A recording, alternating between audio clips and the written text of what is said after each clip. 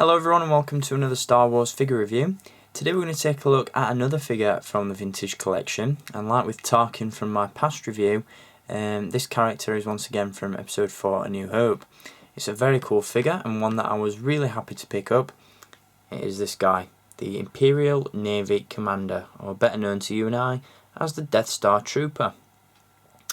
Now, when this figure was first revealed as part of the vintage collection last year, it was met with a little bit of skepticism, some people thought that it wasn't really a necessary choice for the line, considering the last Death Star Trooper that was released in 2007 wasn't actually that bad. However, once collectors got it in hand, myself included, we were all pleasantly surprised with how much of an upgrade this figure really was. It's easily the definitive Death Star Trooper or Imperial Navy Commander, depending on your name preference. And it's definitely a figure that I recommend picking up, and since its release it's become one of the harder to find figures from the line as well. So I'll talk about what makes this figure so great in just a little bit, but before we do, as always, we're going to take a look at the packaging that this guy comes in. Once again, you've got a very nice retro vintage card back with this one. You have the Star Wars logo at the top there, followed by the Imperial Navy Commander name tab and a very cool image of the Navy Commander on the card back.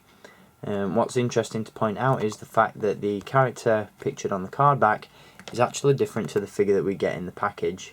You'll notice that this particular character has some headgear on, as well as what appears to be a communications device hanging down from there.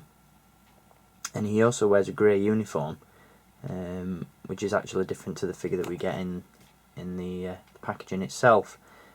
So it'll be interesting to see whether or not we actually get a version of this character shown on the card back, and I'm surprised that that isn't something that's been picked up in the past. On the reverse side of the card we do have other figures available in the line. Most of these have been reviewed. We've got some figures from the Phantom Menace wave there, some of the deleted scene figures, and a few others as well. Obviously the two ones that stand out on there are Darth Vader and Darth Malgus, both of which will be coming very, very soon. So there is the card. Very nice and retro once again. Love that Star Wars logo. And I love the figure inside. So let's take a look at it. As I said, this is easily the definitive release of the Death Star Trooper. Despite not being very accurate to the image on the card back, the figure itself is nice and accurate to the characters seen in the movie. These are of course the characters that confront Luke and Han when they bring Chewbacca up to the detention block. In terms of articulation, which we'll run through first, this guy has a ball jointed neck, ball hinged shoulders and elbows, swivel forearms, a swivel waist, swivel hips, ball hinged knees and ball hinged ankles. So he's not super articulated, but he's pretty much got movement and posability everywhere that you'd expect it to be. As you can see, he does come with a blaster pistol, or a blaster rifle, which as you can see is modelled on the Rebel Alliance Rebel Fleet Trooper blasters. Quite a peculiar choice for a weapon.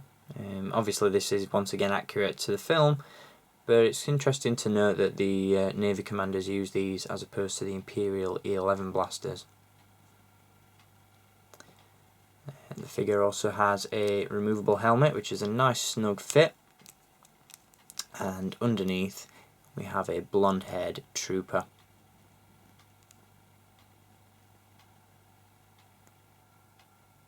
As you can see, he also has the Imperial emblem printed on the sleeve there, and he also has a holster on the belt to accommodate the blaster pistol. The sculpt on this guy is really nice. The problem I found really with the 2007 release of this character were the knee joints, which stood out like sore thumbs. They were really big and bulbous and just made the figure look very, very strange. So it's nice to see that that's been remedied on this figure. Don't have any problems with this guy in himself. He's a great figure, stands up fine, looks great on display, and serves his purpose as an action figure as well. So really good choice for the line, and if you haven't picked this guy up, I'd highly recommend you do so, because he's definitely worth picking up.